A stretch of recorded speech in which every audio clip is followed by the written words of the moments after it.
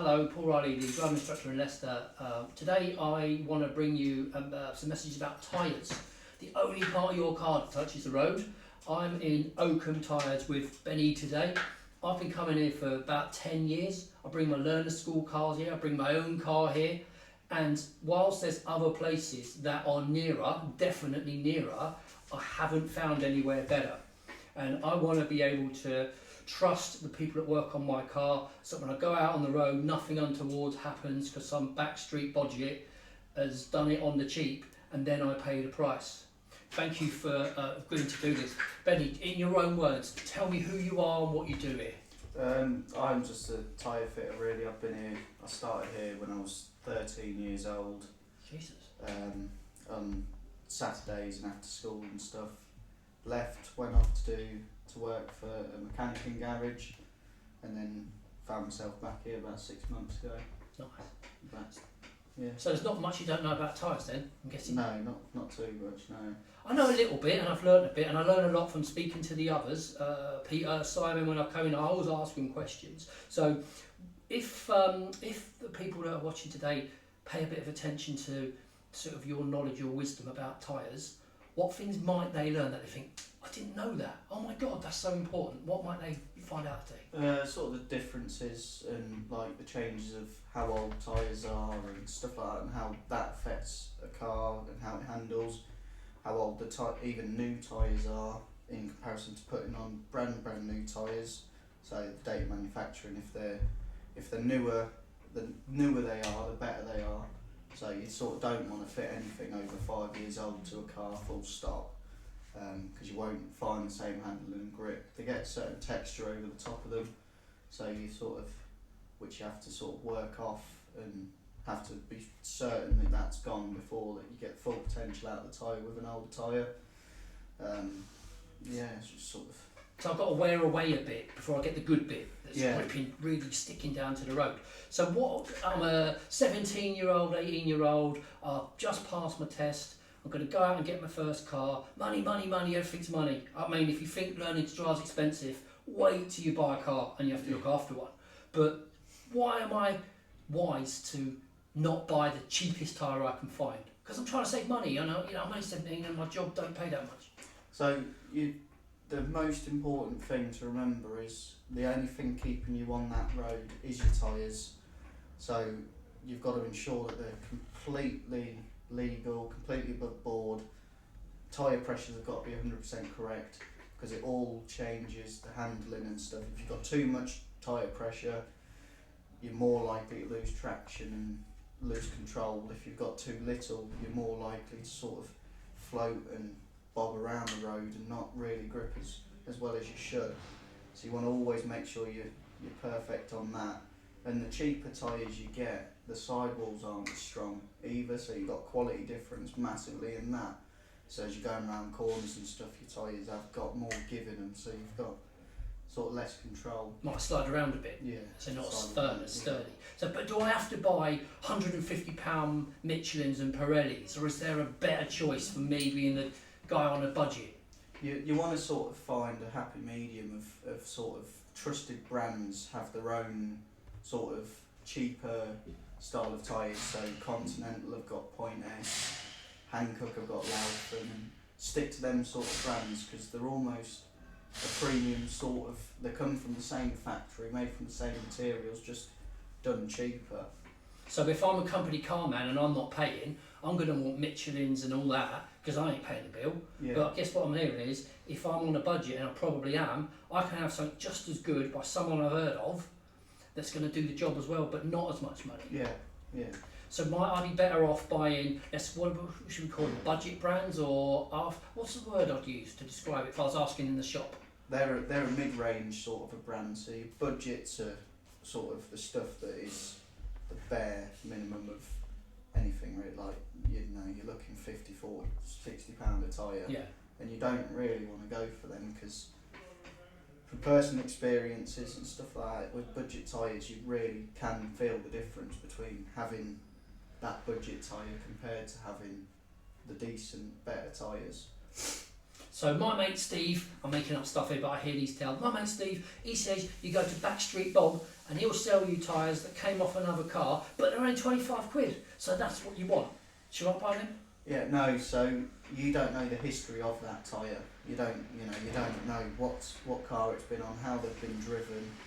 You don't know it's the right load and speed rating for the car. You don't know whether it's been on someone's car who's been doing over 100 miles an hour. So with tyres from like the police and stuff, if they ever go anything over 100 miles an hour, them tyres are instantly changed because tyres are not produced to be able to withstand them speeds constantly.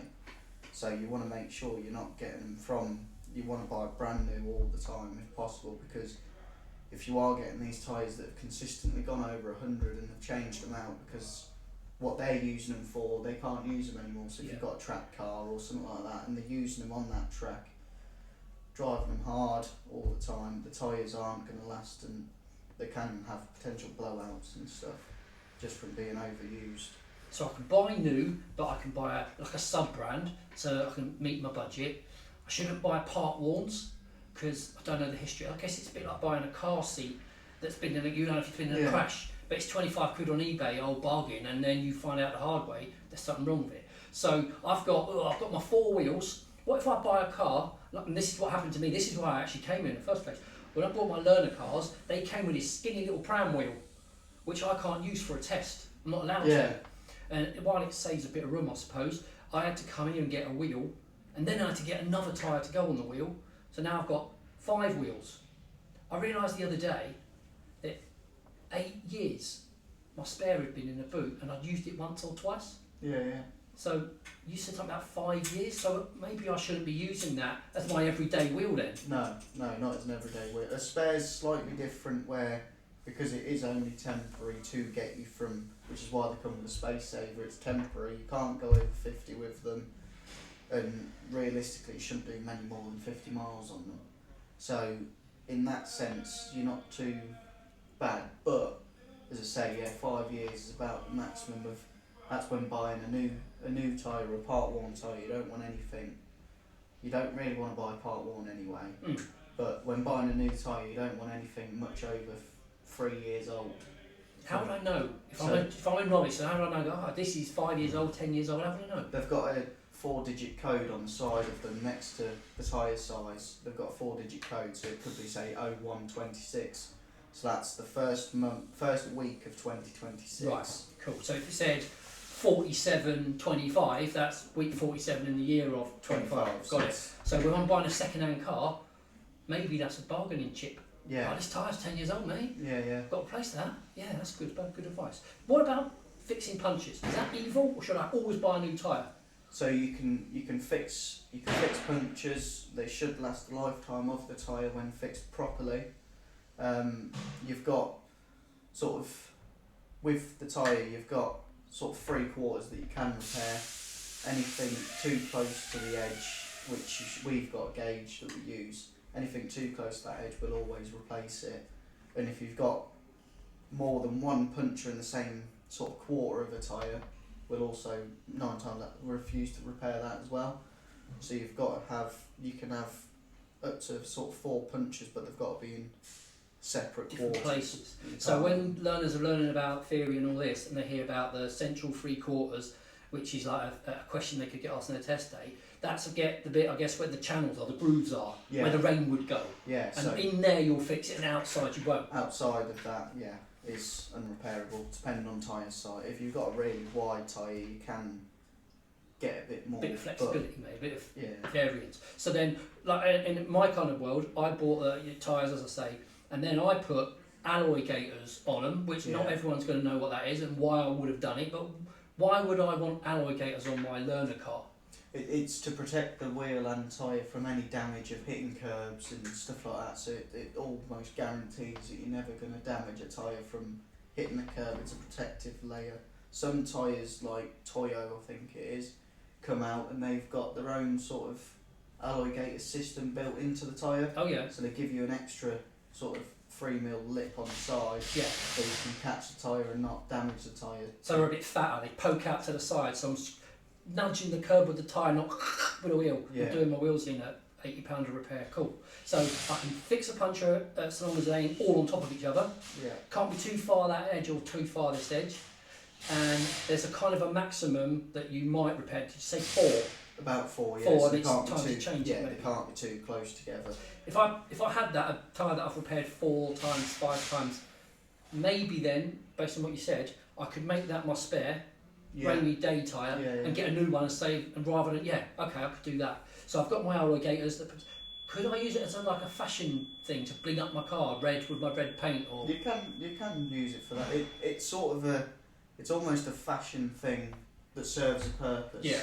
So you've got the purpose of it protecting your wheels and your tyres and stuff like that, but then it also makes the car stand out. So if you've got say a blue car and you've got black wheels and you've got some blue alloy gators, it makes it really stand out.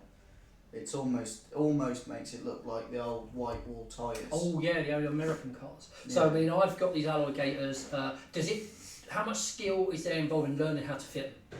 Quite a lot. You've got to know sort of what sort of wheels. Only certain types of wheels can take them. Yeah. Certain types of tyres. You've got to know what to look for when fitting them. And yeah, it takes.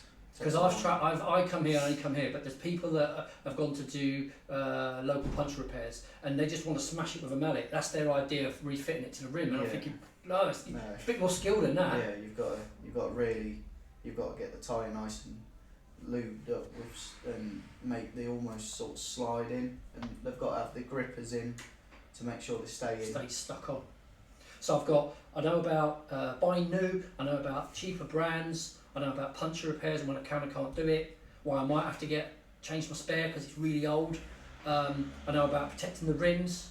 Do I need to keep them little caps on the end? Can I just not drive around with them off? Is there any upside to having them valve caps on? It prevents any sort of stones or anything getting stuck in there and letting the tyre, because that's a valve, a one-way valve that only allows air in, right, and not out. Yep. So if you get anything sort of mud or debris stuck in them, your tyres can go completely flat, and it also can prevent you from putting air into them because the valve's stuck open. Yeah.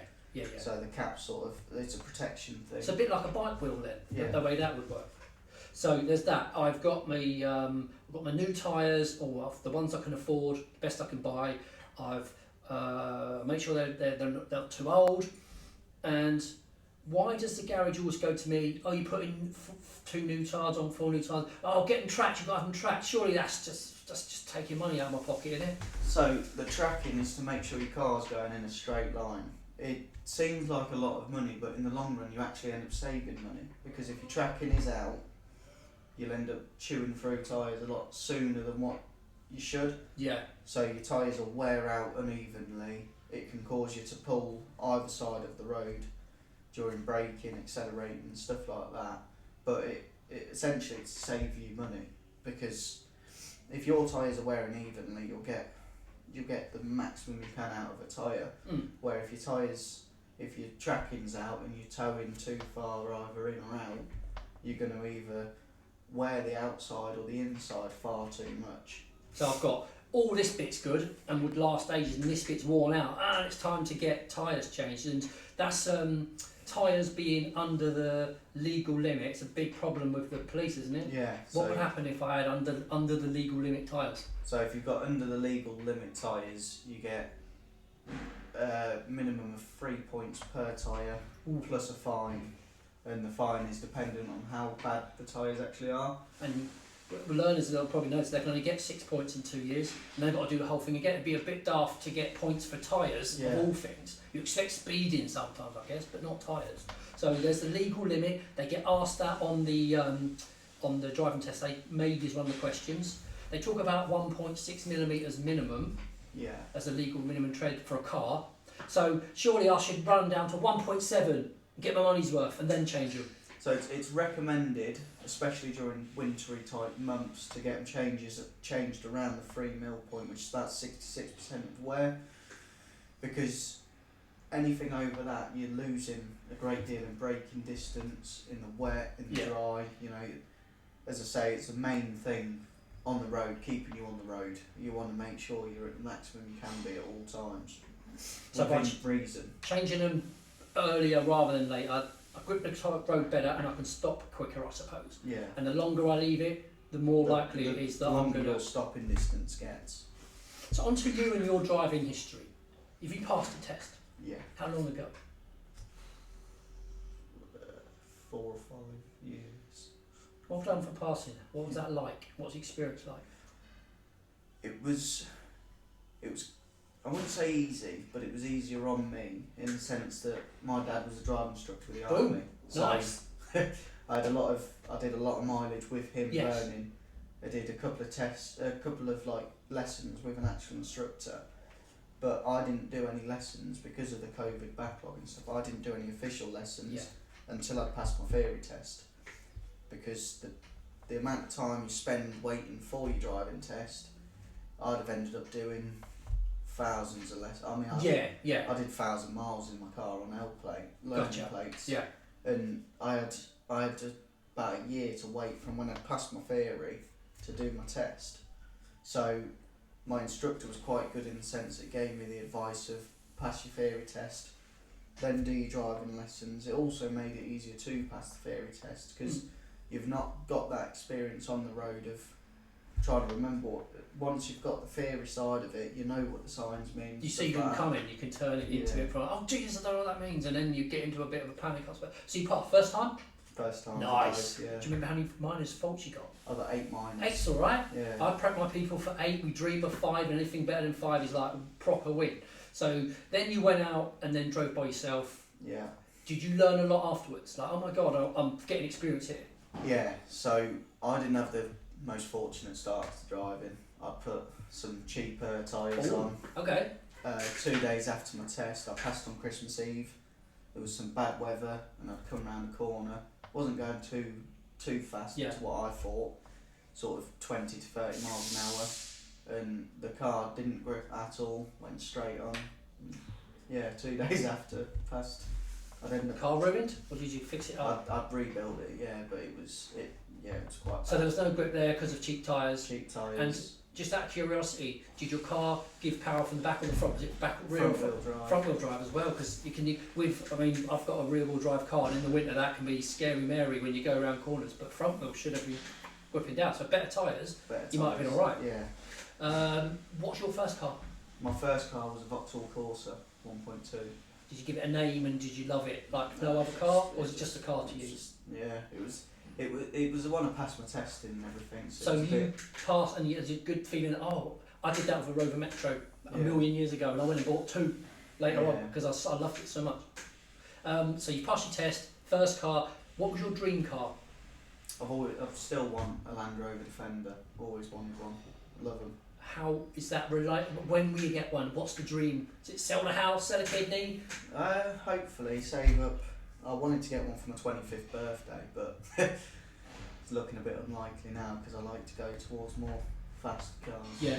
You know, more luxury rather than, that's more of a family sort of everyday go anywhere car where it's not really what I need at 22.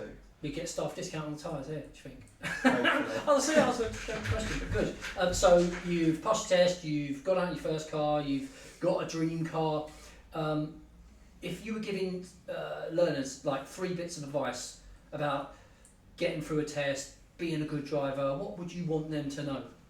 So, passing the driving, from personal experience, passing your driving test in comparison to actually driving on the road is 2 completely different learning learning curves. So you learn to pass your test, but you'll probably find you never actually drive. You always use them rules and everything you've learned, but it's not quite. It's more, I don't know how to phrase it, but it's almost completely different. Yeah, you learn to drive like you rather than to drive like me, because I was the one that helped you say. Yeah. But you keep those core skills and then you blend it a little bit with how you then drive. Yeah. Whether your hands on the wheel here and here instead of there. You just, and I guess you'd be more comfortable and settled because you don't have to think as hard because you're not trying to remember someone else's thing. You're just driving natural. And then if you were doing it all over again, would you do anything different? Not doing Grantham. Okay. That's quite a. I'd have done more lessons in Grantham. Yeah. Because obviously I did a lot in Leicester and Melton with my dad because that was where it was local, but I sort of rushed myself onto a test through because of working here and stuff like that. I needed a licence for my job, so I'd got in at Grantham where I'd only done 2 lessons, and it's quite overwhelming at Grantham where you've got certain areas and stuff like that which aren't very well signed up and stuff like that. But so you didn't know the ground well enough. No. And you don't need that on top of the stress of a lesson or a test. That makes sense. So you've got your dream car, right? Yeah. You're going to go on a road trip. Where in the world would you take this Land Rover? Probably Wales. Nice. Yeah. Is that the twisty country bit? Is it just it looks pretty? You've got all the off-roady bits, so you can go straight through all the mountains and up all the tracks and stuff, and do all that. So you've got three seats in this car, right? You could take anyone with you, alive or dead, famous or non-famous. Who gets to ride with you? Probably my dad, because he'd like to take over a bit, as I say, off-road driving instructor and stuff. So yeah, take dad and probably my girlfriend. So that's 2. Got to get one more in there. It can be anyone in history or anyone you know, school friend, whatever. Who's the 3rd passenger? Oh, probably my mate Cody, who works here. Nice, get him out. And then you get the playlist. Oh, I don't know. You've got any tunes you get? Country and western, what's your jam? Probably 80s. Okay, Dad will go with that. Yeah, I like the 80s. So, in terms of your parting message then, if there were 3 things you want someone to remember about tyres and why they should be considering what they buy and where they buy it, what would you give them? What's their parting message about tyres that they've got to remember? Check your tyre pressures once a month at least, and treads. Don't go as cheap as possible, and try not to, I know it's hard, but try not to use any part warns, because in the long run you actually end up spending more money, because you could get part warns that turn up and you've got a bulge in them that you've not heard about, or you know, they could have had problems, illegal repairs and stuff like that, and you just, as I said earlier, you don't know the history of them. You know, big risk in it. Yeah. Something that someone else may have terrorised and used really badly. Ben, thank you for doing this. Right. I hope that anyone that's watching picks up some stuff. If they were to drive by here with their car and they don't really know tyres and all the rest of it, would it be possible that they could have their pressures checked or their tread checked so they know what's what or even how to do it? Yeah, so it's all free. If you turn up, we can check your tyre pressures, check the treads. It's all free. It doesn't cost anything. We'll advise you on tyres and stuff like that, and advise you on what pressure is right for the car. And then we can show you how to do it if you want to do it, or as I say, it's free, so just turn up and... So this is Oakham, by the train station, by the level crossing? Yeah. Brilliant. Thank you, Benny. No worries. Nice, thanks man. That's right. How was that for you? Not too